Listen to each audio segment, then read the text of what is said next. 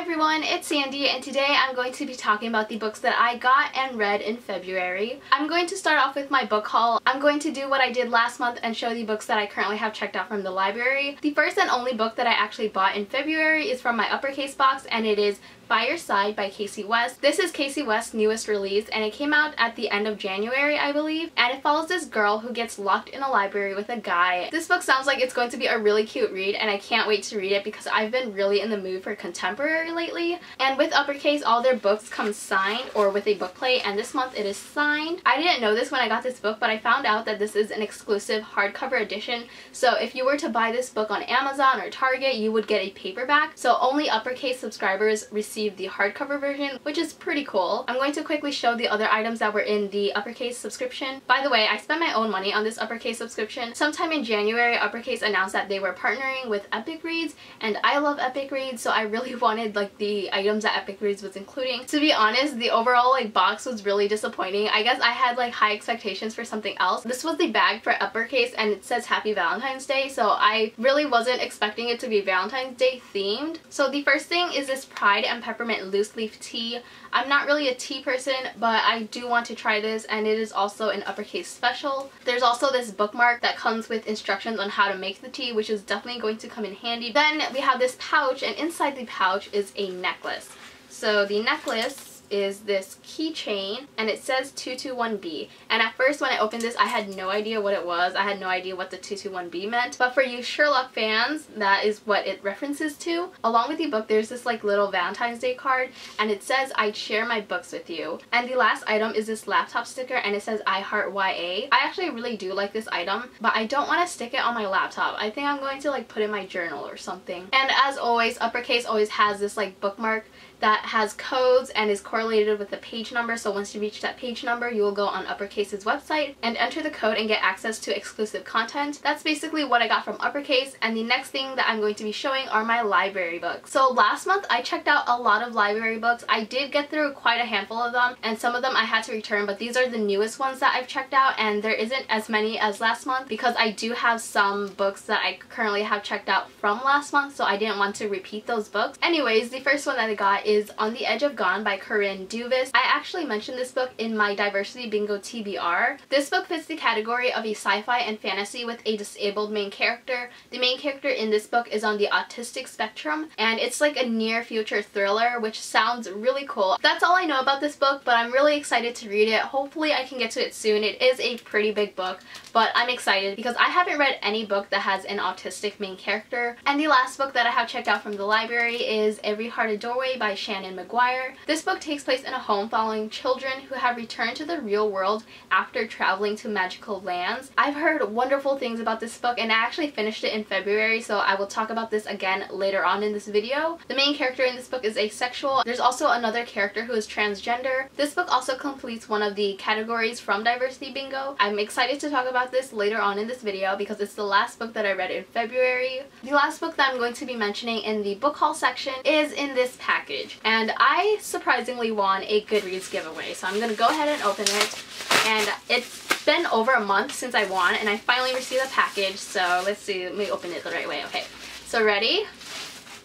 So I won Fantastic Beasts and Where to Find Them by J.K. Rowling. I still haven't seen the movie. I'm not a super huge Harry Potter fan. I know, shocker. I like Harry Potter, I'm just not super into it. So when Fantastic Beasts was coming out, I wasn't super excited about the movie because I just didn't really have an interest in it. I do eventually want to see it, but yeah, I'm glad that I have the screenplay so I can read this first and then watch the movie later, or vice versa. So moving on to the wrap-up portion of this video, the first book that I finished in February is Everything I Never Told You by Celeste Ng. This is also a book that I read for Diversity Bingo. You will hear me talk about Diversity Bingo throughout the entire year, and in January I forgot to mention what books that I read completed a challenge in Diversity Bingo, so I apologize for that. I want to start a thread on Twitter of all the books that I read for Diversity Bingo, but I haven't had the chance to do that yet. This book follows a Chinese American family in the 1970s. The body of the middle daughter in this family was actually found in a lake. This book revolves around the whole family, and I really love that it follows a Chinese American family. There's just a lot of racism and microaggressions that these characters face, so knowing what happens to Lydia, she is the middle child,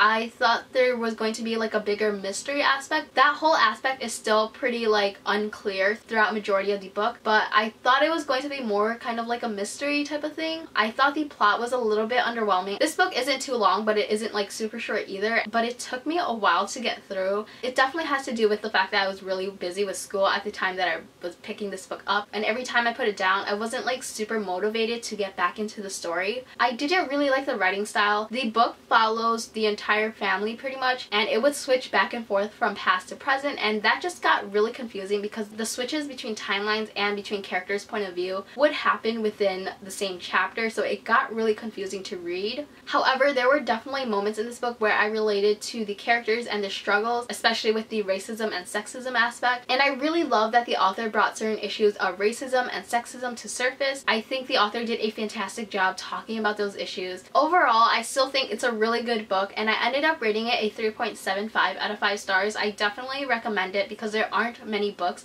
that follow Chinese American characters. I think it's really important, especially with all the different issues that the author talks about, so definitely check this book out. The next book that I read is Jane Steele by Lindsay Fay, and I also checked this book out from the library, but the due date passed, so I had to return it, so here is a lovely image of it. This book is a reimagining of Jane Eyre by Charlotte Bronte, but our main character, Jane Steele, is described as a serial killer. Going into this book, I know Joss from Squiggles Reads really loved this book, so I was so excited, but it didn't really meet my expectations. I kind of wanted more from the story. I especially enjoyed the first half of the story, but once it reached the second half, it just dragged for me. I really don't have much to say about it. It just really wasn't what I expected. I still enjoyed it. There is a romance in the story, and I really enjoy that. Since Jane Eyre is a classic, this book also had that classic feel to it, and I wasn't expecting that, and I'm not a big fan of classics, so I just really wasn't into the writing. There was a lot of like terms that were used in this book that I really didn't know what they meant. It was just hard for me to make sense of things.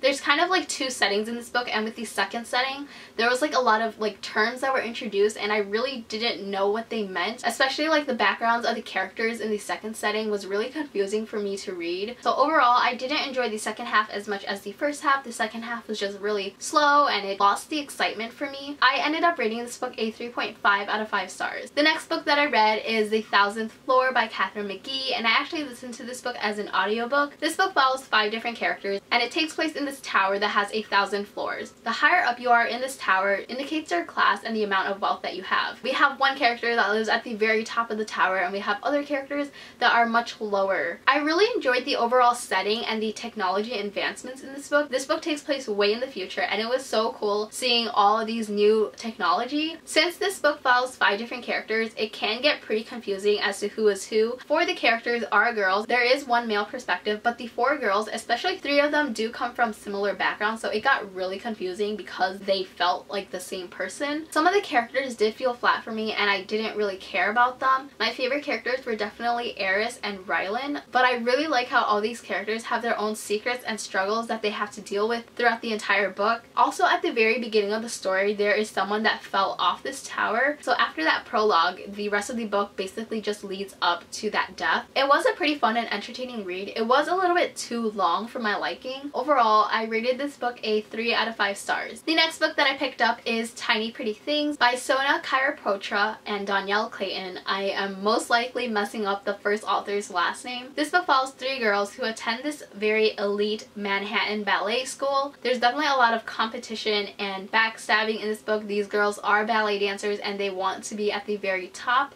I really love that all 3 girls have their flaws. They're not perfect. I also really love the diversity in this book. One main character is black and another main character is half Korean. I also really like the different issues and subjects that the authors talked about, such as trying to live up to an older sibling's accomplishments, dealing with an eating disorder, racial identity, etc. There were a lot of things that were brought up in this book and I really liked that. And the last thing that I wanted to talk about is all the drama and backstabbing. I wasn't a big fan of that. I'm not a ballerina, so I can't say whether that is accurately portrayed or not, but there was a lot of that in this book, and these girls are willing to do anything in order to bring someone down and rise up themselves. The girls in the school were just awful to each other and it really rubs me the wrong way. I really wish there was at least one strong female friendship in this book. I believe this is part of a duology, and I'm actually currently reading the second book, so you'll hear me talk about the second book in my March wrap-up. I ended up rating this book a 3.5 out of 5 stars. And the last book that I finished in February is Every Heart a Doorway by Shannon McGuire. I'm not going to go into the synopsis of this book since I mentioned that earlier. My thoughts are I really enjoyed this book, but I wish it was longer. This book is like